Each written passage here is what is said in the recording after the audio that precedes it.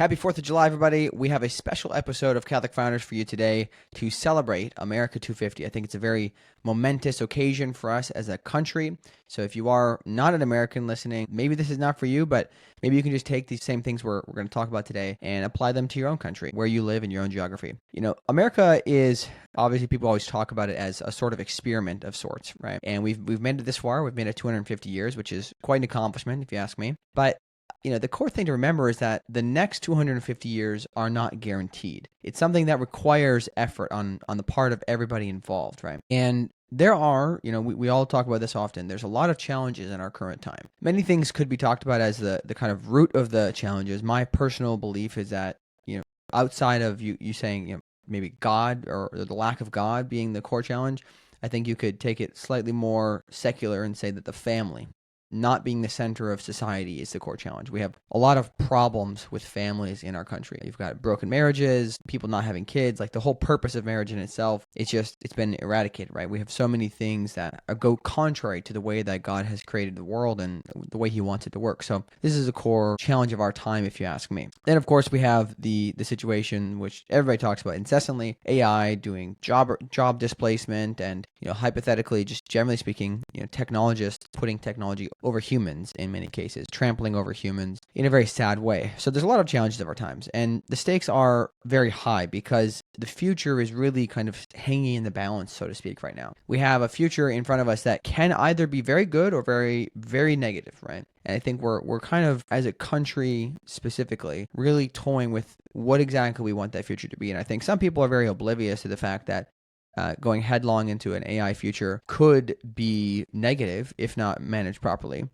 Unfortunately, there's many technologists and financiers of our time who don't see that. But there is, you know, their perspective is that the future is very positive with AI, and there is a lot of positive outcomes. So we have these two options in front of us, and we as Catholic entrepreneurs and business owners, we have a very large role to play in deciding that future. Can the future be one where, you know, people are continuing to be trampled on and technology is put over humans?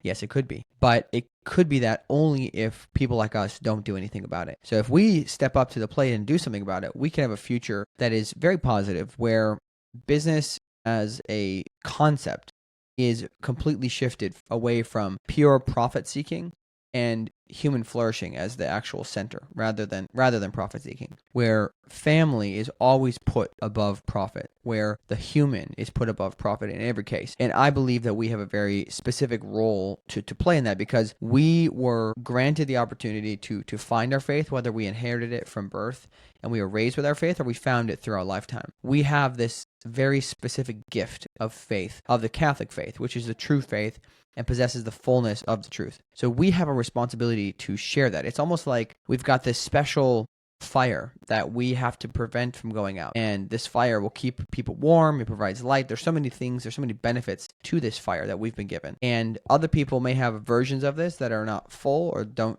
achieve the same outcomes, but we have this, and it's our responsibility to share it. God gave it to us, and we've been able to become inheritors of this beautiful truth of the faith. We also, as Catholics, have an understanding of what a well-ordered life looks like, right?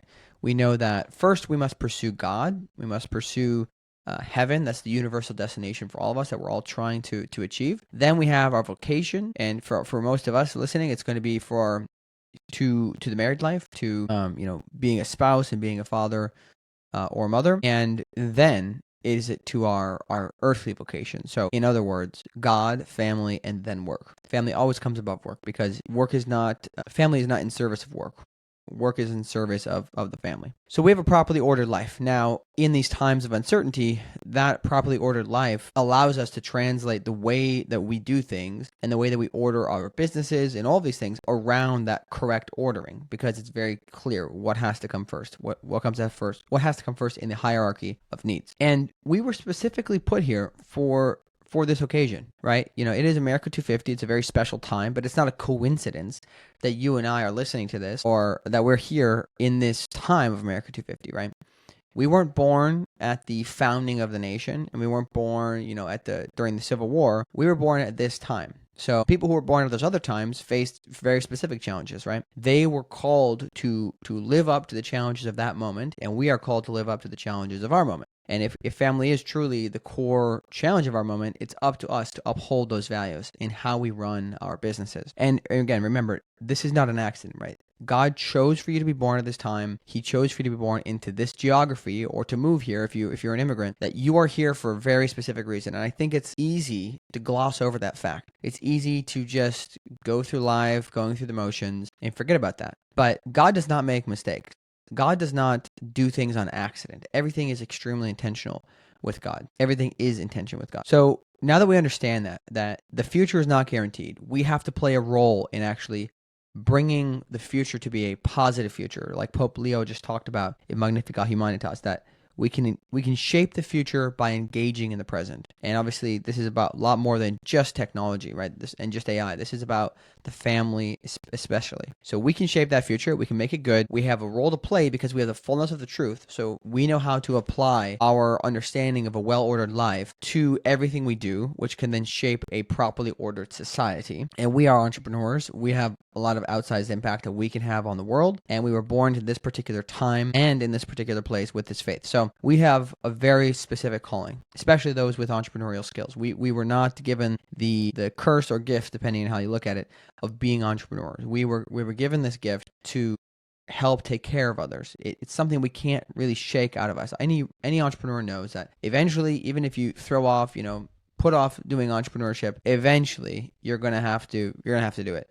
It becomes inevitable at some point that you have to start a business and do something. So let's talk about what exactly we can do if we want to shape the future of America. If we want to make the next 250 years, if we want to make this American experiment continue, if we want to make the next 250 years better than the last. Here's the core things in my book, at least. Number one is we put God first. This is pretty evident to any of us who are Catholic, but we have to put God first. And that doesn't just mean, saying a prayer and giving lip service to it. It means really living out that life, right? Your actions dictate what you really believe. The way you live is evidence for what you truly believe. So are you going to daily mass? Are you making prayer a core part of your day? Are you making decisions in your business that always put God first, or put the Catholic faith and the teachings of our faith first rather than profit? This is not always easy to do. There can be a lot of challenges to this, but we have to put God first. And I would go as far as to say that even secular businesses should be upholding Christian virtue in their companies.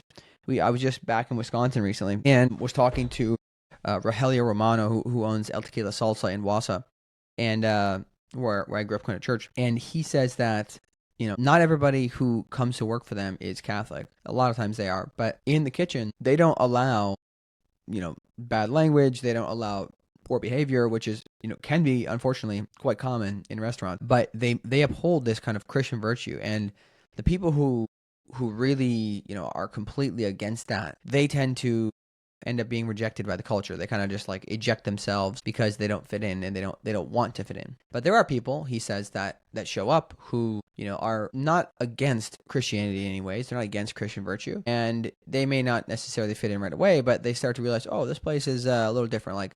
Not people aren't really laughing at my dirty jokes, and they're not appreciative of my vulgar language. They start to then kind of tame it down, and then before you know it, they've started to develop this more interior peace in life. And my point in all of this is that I think even if you're just running a secular business, you should be unabashed about your faith.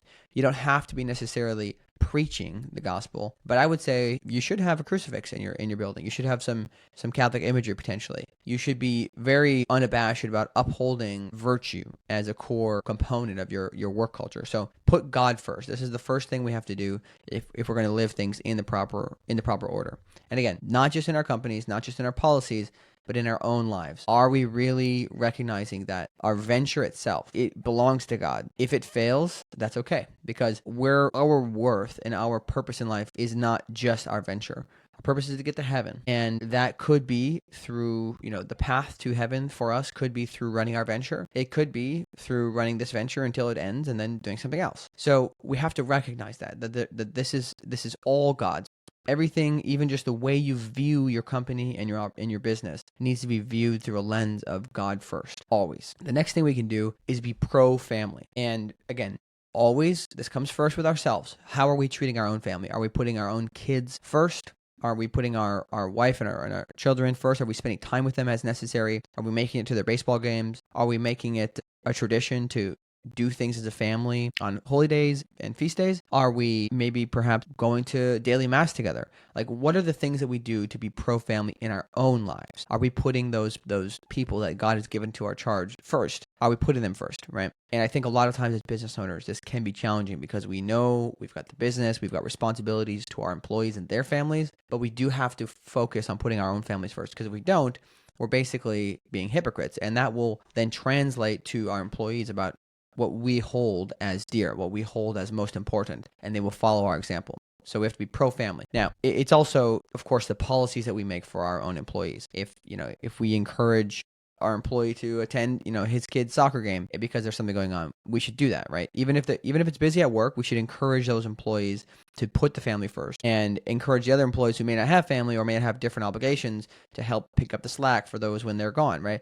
There's this sort of like togetherness that we have in this endeavor, and our company policies, the way we treat people, those need to be upheld. Those need to be pro-family. And part of this is also paying a living wage. I would also highlight that ideally people, again, depending on your business, it may not be possible to do this, but to whatever extent you can, pay a family wage, pay a wage that helps the person, their family, to be taken care of. I'm not asking you to provide them a luxury life, but to provide them the needs, the income that can help them meet their basic needs. So become pro-family. The next thing we can do is build up our communities. I think America is suffering in a lot of ways from a lack of community, from loneliness. I just moved to Nashville in January, and we have a pretty good neighborhood, I'd say, but it's a lot of new people. The neighborhood itself is very new, many new houses here, and there are communities in America that are much more established and have tighter knit kind of vibes to them, but we don't, and we're trying to work on that. So we've met a few of our neighbors already. We go over, stop and talk with them on their back porch, but we only have a few so far. And what we're trying to do is continue to build that community. I've written about this earlier in the year. We did a series on community building in the Saintly CEO. And one of the core examples I would give is you can host parties, right? Use the 4th of July or, maybe in the next opportunity, Labor Day, use these public holidays as opportunities to build community locally. And you can host a barbecue, basically pay for some catering to come by, get a big tent. If you have a big house or a backyard, you can host it at your place. If you don't, like we don't, we're thinking about putting up a tent in this one empty lot and inviting people over and just kind of doing like a community barbecue. So you can build this relationship, build friendship amongst your community so that you can help each other out. And another way we can do this, of course, is in our parishes, right? Doing the same type of things, getting to know the people that you go to church with every Sunday. It's one thing to talk with them after Mass for 15, 20 minutes, but it's a lot different to invite a family over for dinner, to really get to know the struggles of their family, their story. These are the ways that we can learn to know each other, to help each other, and to feel comfortable asking for help when it's necessary. So build up your community. And this also applies for business owners, especially when you have a brick and mortar business, right? Does your location beautify the neighborhood? Does your product uplift the neighborhood? Are you buying locally wherever you can, supporting in a kind of subsidiarity way the local producers?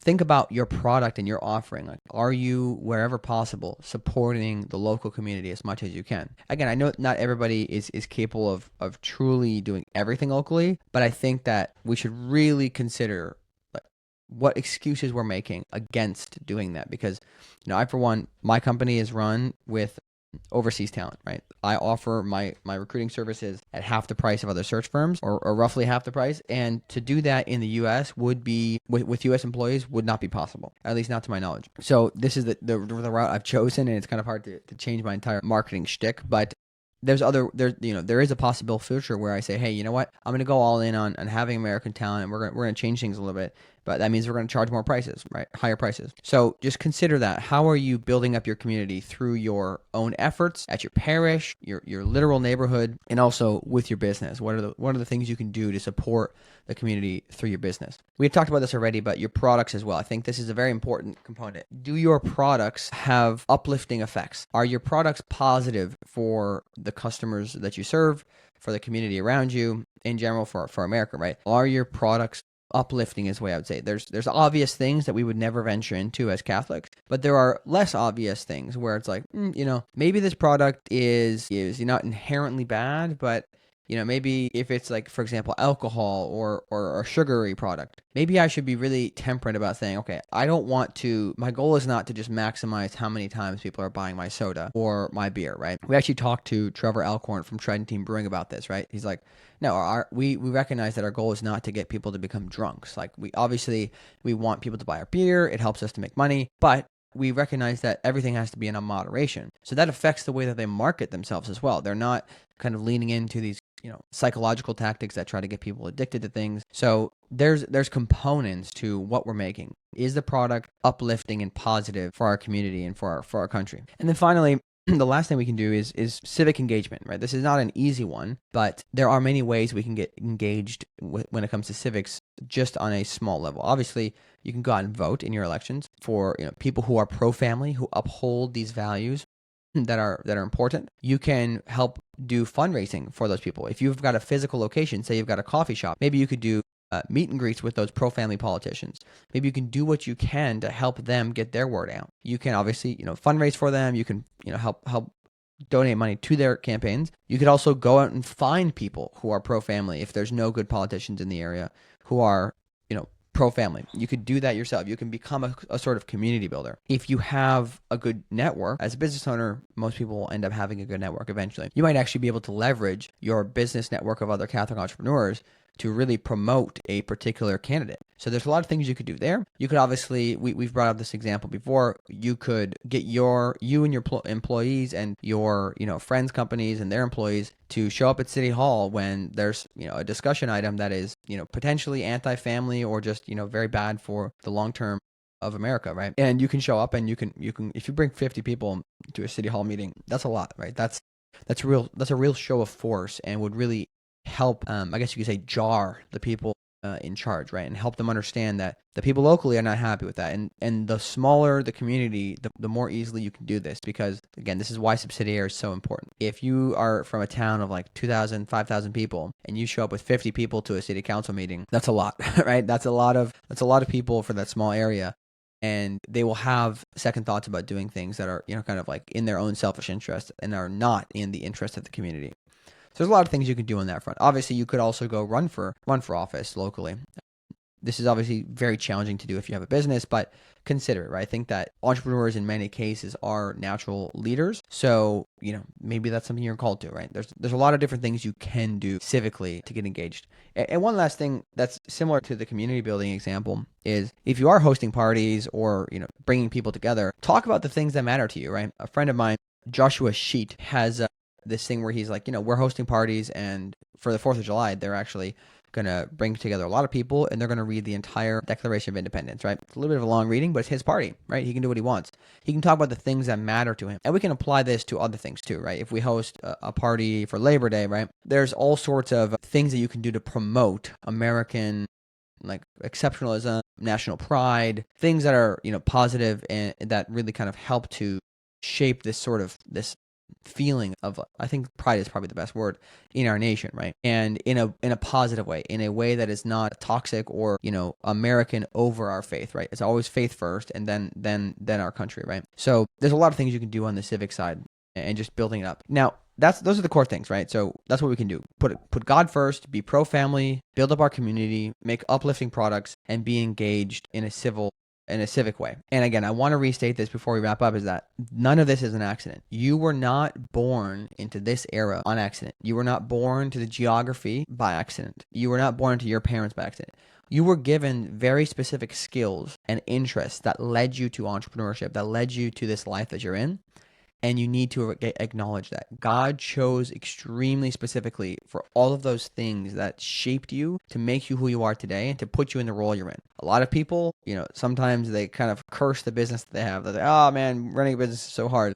I know people like this who, were kind of born into it, so to speak, to be business owners, and they hate it. They really wanted to travel. They wanted to do this or that, but you got to embrace that cross, right? You got to embrace the situation. So we as Catholic entrepreneurs need to embrace our faith and the truth that comes with that. We need to embrace the challenges of our time And we need to embrace this gift that we've been given to be entrepreneurs, to be people who help those around us, as the parable states, right? To be good stewards. To talk about that parable for a second, right? We're always referring to this, especially as entrepreneurs, right? The steward was given one was given 2, and one was given 5 talents. I think that's the right numbering there. And they multiplied their talents. The good ones did, right? And the one who buried his talent was cursed and said, depart from me, you wretched one, or something like that. I forget the exact words. And the core thing to focus on in this example, in this parable, is that the stewards are kind of the intermediary. They're like the managers of a company, not the owners per se. The master is the owner. The stewards are the managers. The stewards are the ones who do the bidding of the master.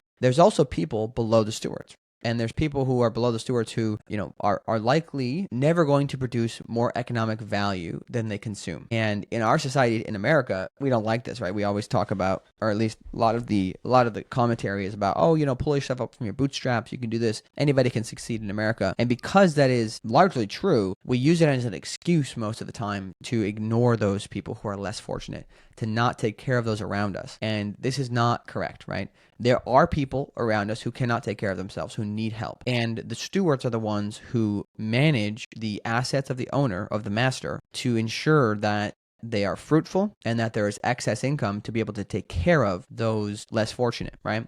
So we are given this particular role as manager or intermediary, that God is asking us to use the assets that he has. Everything belongs to him, right? Even our own lives belong to him. We are asked to use these assets and to manage them in a way that helps make them fruitful through our actions, and then uses that fruit to benefit those who are less fortunate, right? We cannot get caught up in that parable and think that we are the masters. As entrepreneurs, it's very easy to view yourself as the leader, the master, the owner, because it's your business, right? But in reality, all of this belongs to God. It's all his, and we are just here carrying out that mandate to care, to manage the assets of the master, and to care for those who are less fortunate, right? So don't lose sight of this, right? You were given this for a very specific reason. And in reality, it's such, and for me at least, it's such a motivating thing to consider, right? Whenever things are going crappy in my business, or when it's hard, if I think about this parable, it becomes a lot more motivating to realize, you know what, I'm here and that's okay. Like, this is a very specific calling, and I get the chance to be involved here. So let us live our lives in a way that when we reach the end of our lives, God will say to us, well done, good and faithful steward. And let us live our lives in a way that we recognize our role to be stewards of this beautiful nation of America. Happy 4th of July, everybody, and happy America 250. God bless you, and happy building.